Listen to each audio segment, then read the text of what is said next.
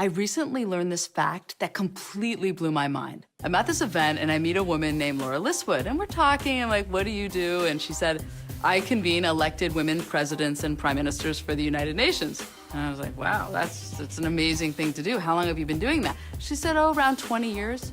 I was like, how many had there been 20 years ago? And she said 15.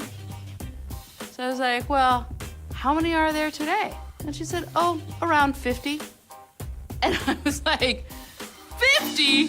How did I not know that? That there had been around 50 elected women presidents and prime ministers. And then it made me think, gosh, maybe we've been just telling the story of scarcity for so long, and maybe it's time we told a new story of abundance.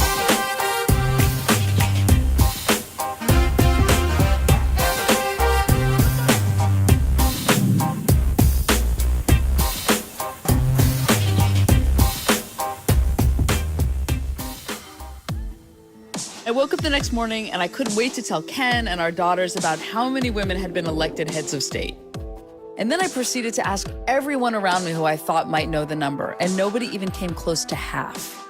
I asked friends, I asked CEOs of big companies, feminists, people on the street. How many elected women presidents and prime ministers in the whole world do you think there have been?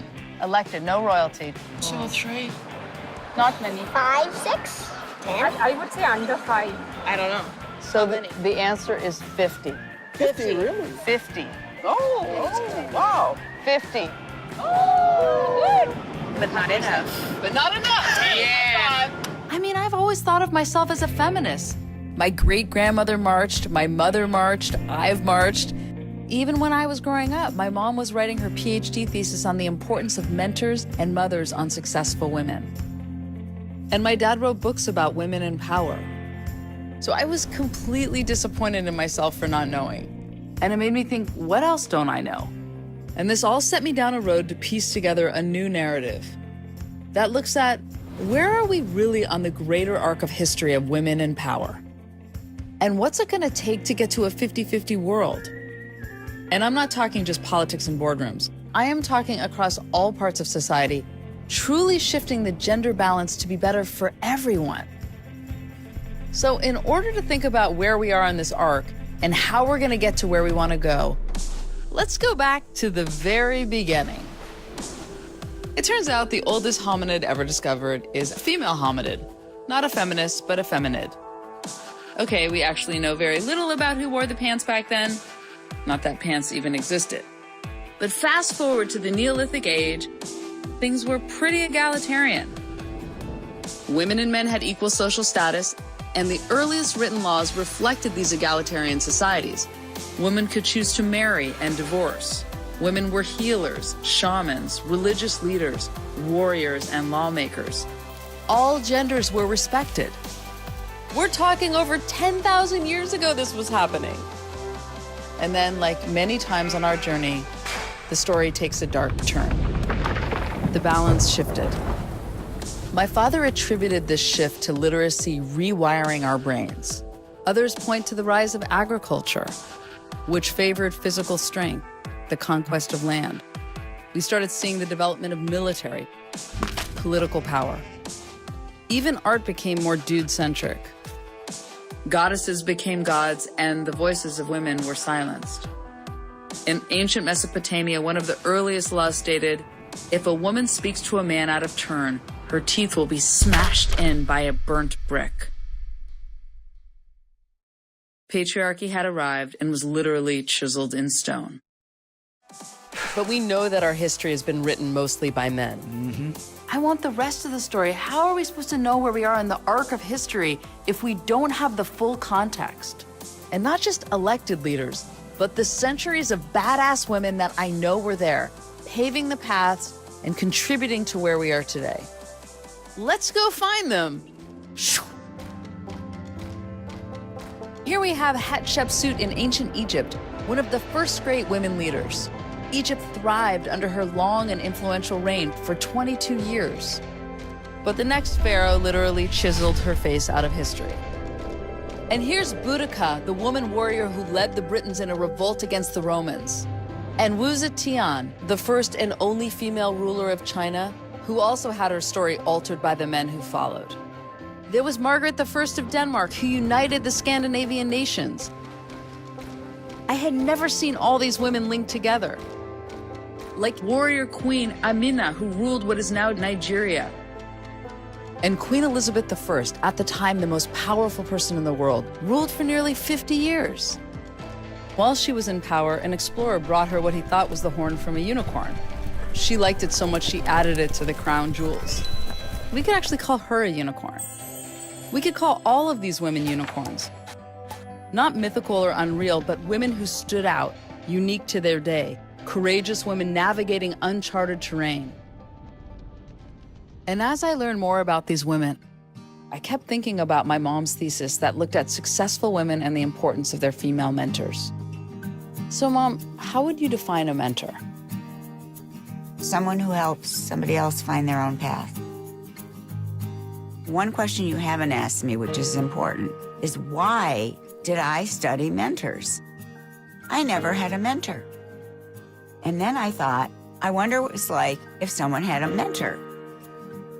All the studies, and I had to read all the studies about men first, having a mentor made the difference in the final push toward success.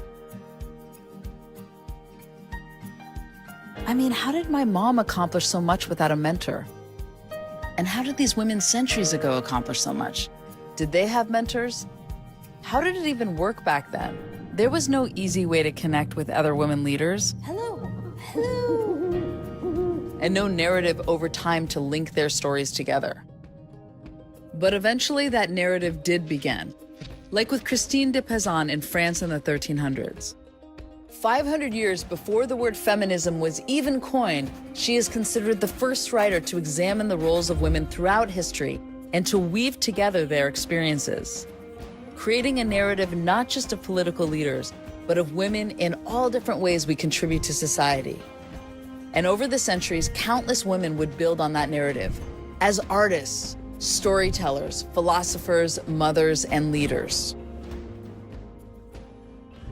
But the mountains of imbalance were also centuries high, and for everyone climbed, there was another to struggle with. Room for fewer and fewer at the top, with more struggling to climb, more hurdles, more pushback.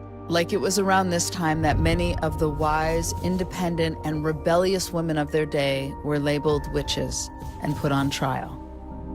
An estimated 50,000 women in Europe and the US were burned and executed. That's a lot of powerful women to lose from our narrative. And the imbalance was also becoming more and more embedded in political structures.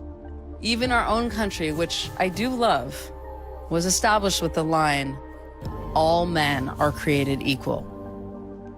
And this was a time of slavery. Clearly they didn't mean all men. And clearly they didn't mean women. Women couldn't own property. We had the same legal status as children. We couldn't vote. But no mountain was going to truly hold our power back. Women were rising in art, science, and culture. And pioneers were gathering, coming together to fight for more rights. Momentum was building in Europe, the US, and dots around the globe, into what we now call the first wave of feminism. In 1848, 300 women and a few men convened in Seneca Falls, New York, and declared, "All men and women are created equal." The whole suffragist fight was gruesome, but the battle was worth it. 70 years after Seneca Falls, women in the US won the right to vote. But I found this part so haunting. Only one of the women who attended Seneca Falls was still alive. Charlotte Woodward was 92 and she didn't make it to the polls. She got sick on election day. And this story was such a reminder for me on how long real social change takes, and that we can't take any of these hard-fought rights for granted. And if we want to be alive to experience a more equal world, we have to accelerate the pace of change. And I do think that's happening.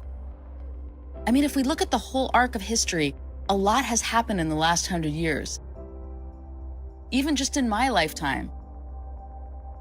I was born in 1970, the heart of the women's movement. I am woman, hear me roar. It was an amazing surge of momentum. The second wave of feminism, which, like all change, had all kinds of challenges. The national chairman of the movement to stop the so-called Equal Rights Amendment is Mrs. Phyllis Schlafly.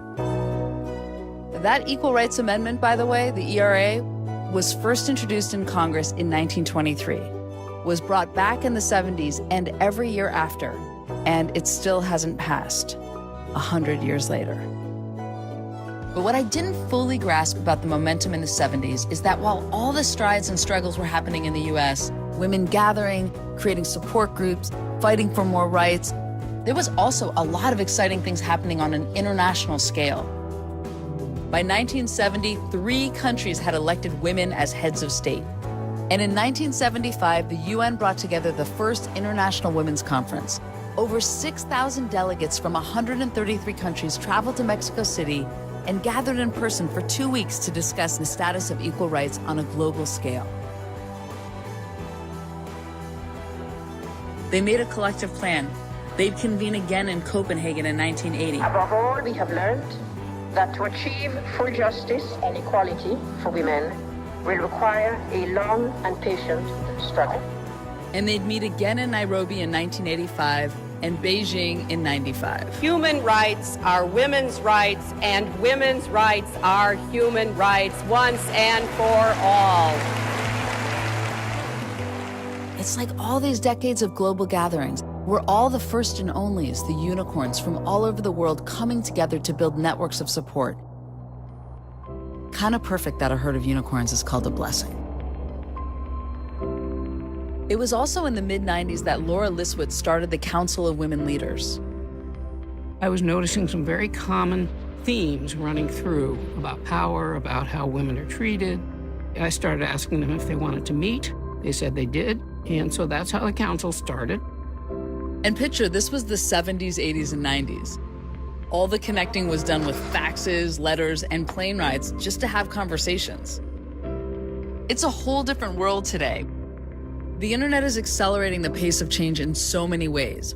We can connect across continents and write and share stories that aren't already there, which brings power and opportunity to far more voices. But along with that comes greater responsibility. Our work is not done. Violence against women is global and systematic. Inequality is still present throughout every facet of our lives.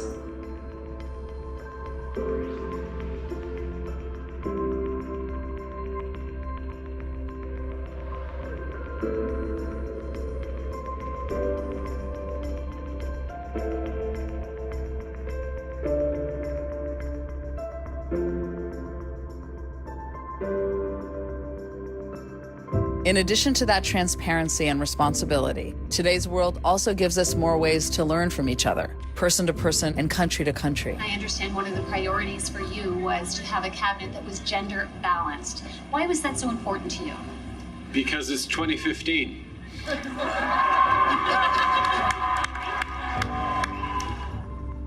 There are over 300 studies showing that making those changes from all levels, business, politics, and culture, makes life better for everyone, not just women, everyone.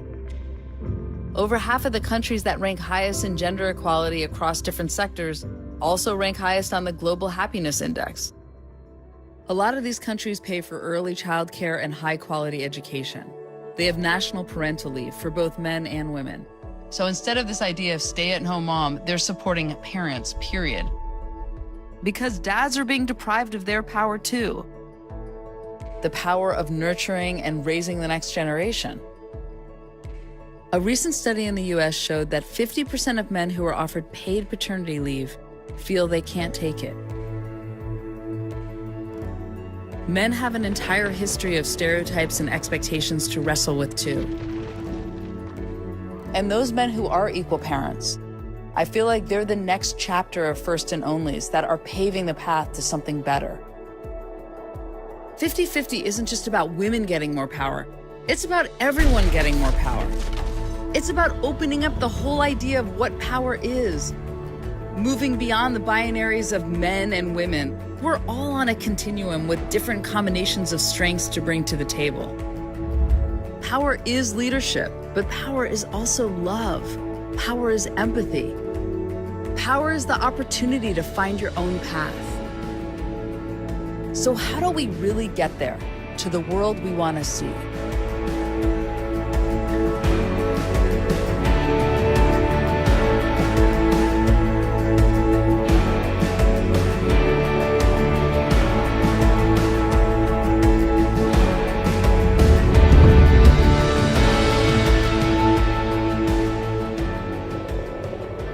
I turned to the person who blew my mind and set me down this path in the first place.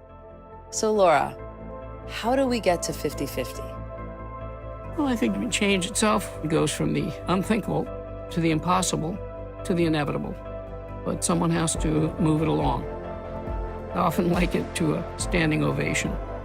A few people jump up and say this is the best thing that they have ever seen. Then another larger group gets up and says, yes, this was just excellent. Then the large group gets up and says, yeah, this was okay.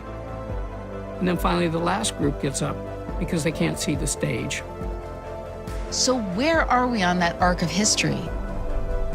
I think the generations that are alive today have the potential to reach that standing ovation. Although, as we know, change can be very disruptive and very unsettling for people.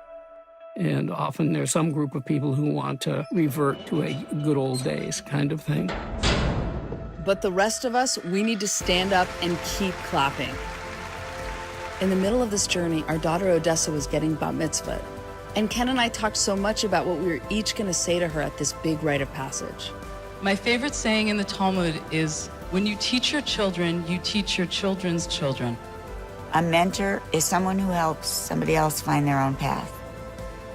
These are all the people who are going to be there for the rest of your life supporting you. Each of these people has a whole room of people that supported them to allow them to be in this room supporting you. Piecing together this history and putting it into context made me see mentorship in a whole new way. Mentors are all around us, younger, older, peer-to-peer, country-to-country, and from all of history. And we need to keep them all right here, right next to us. I used to think I had the full context of women in power, but I was still letting the story of scarcity guide me. And then I realized that if we really build on the centuries of momentum, generations of courageous women that have brought us this far, we can take this story of scarcity and turn it into a story of abundance. When you get to the top of the mountain, pull the next one up.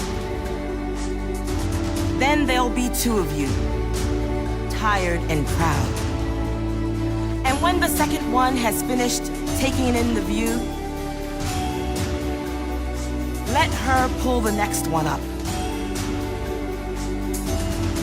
Room enough for all on the mountain peaks. To pull the next woman up. Pull the next man up. Pull the next up. Up. Up. Up.